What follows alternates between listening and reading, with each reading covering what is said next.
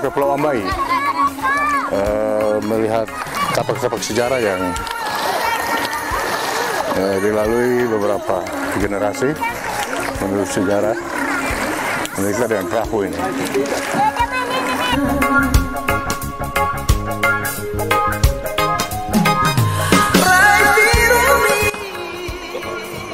Ya, ini kami di perairan Serui Laut, perairan Serui Laut menuju Pulau Ambai, melihat tapak-tapak sejarah Negara Kesatuan Republik Indonesia.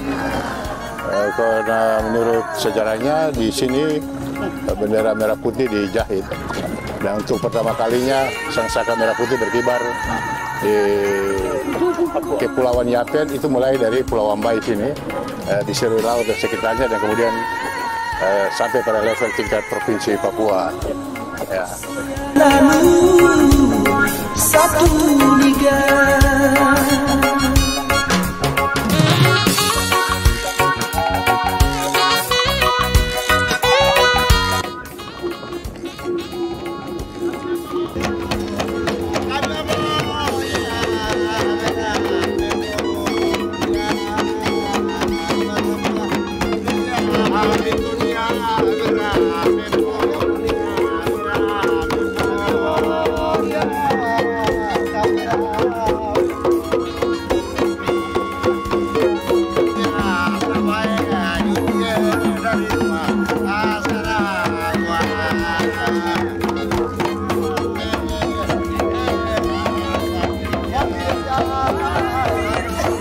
Ini mana dulu Juliana Kartya situ, kemudian gereja-gereja, aliran-aliran pertomatan ini sudah lumayan. Waktu menjadi satu distrik, sekarang sudah 3 ke 4 distrik, dan kampung ini sudah banyak sekali keliling pulau ini.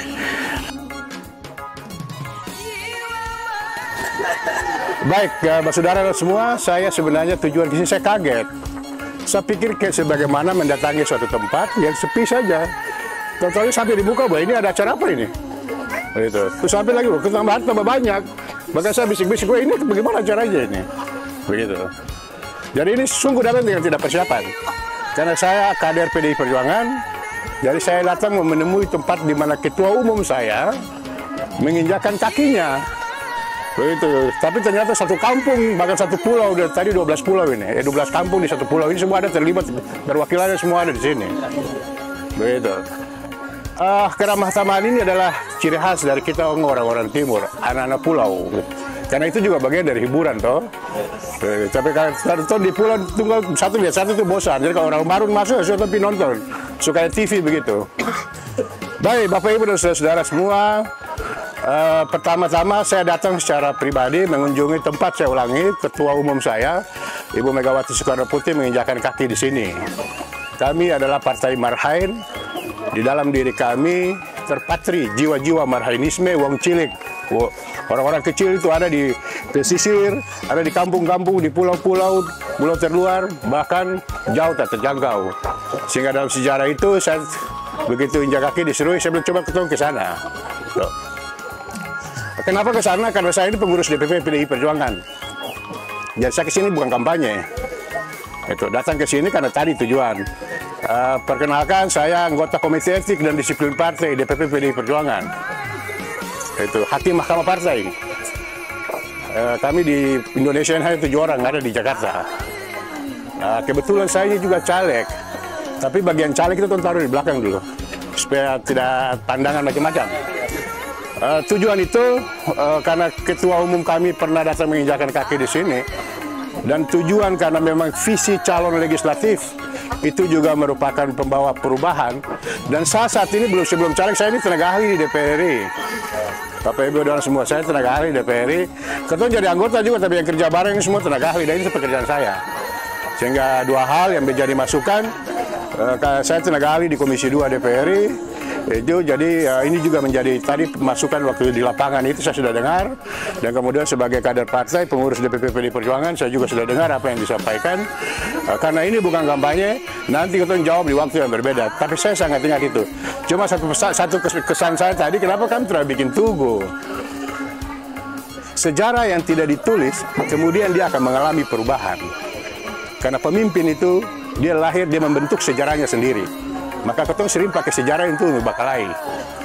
Jadi yang tua-tua yang masih hidup ini bikin tampak situ. Supaya kita generasi 40, 50, 100 tahun mendatang, bukan tampak di situ, tampak di sana, masih di bendera di sana. Akhirnya baku di situ atau bakalai di situ. Jadi itu bagian dari sejarah. Dan sejarah itu tergantung siapa yang menulisnya. Kalau orang-orang yang ingat ini Sumati, orang yang baru muncul itu yang dia ingat itu yang dia tulis. Jadi dia geser dia titik lagi ke sini, lama-lama tinggal dekat laut. Begitu. Jadi itu yang mungkin kita bisa lakukan. Sebagai kader partai saya siap. Kalau seandainya kita punya cita-cita keinginan untuk membangun monumen, supaya dia menjadi aset negara. Begitu. Karena beliau datang dalam kapasitas sebagai presiden.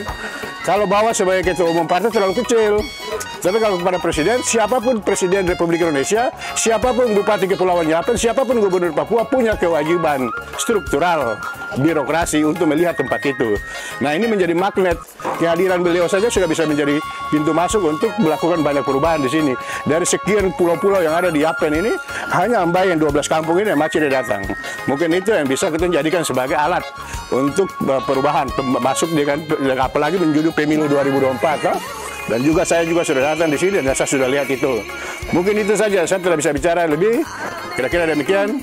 Sekali lagi terima kasih Ibu Tuan Rumah atas kesediaan untuk kedua kalinya, kepada Ketua Umum kami, dan juga kepada saya hari ini berdiri di sini.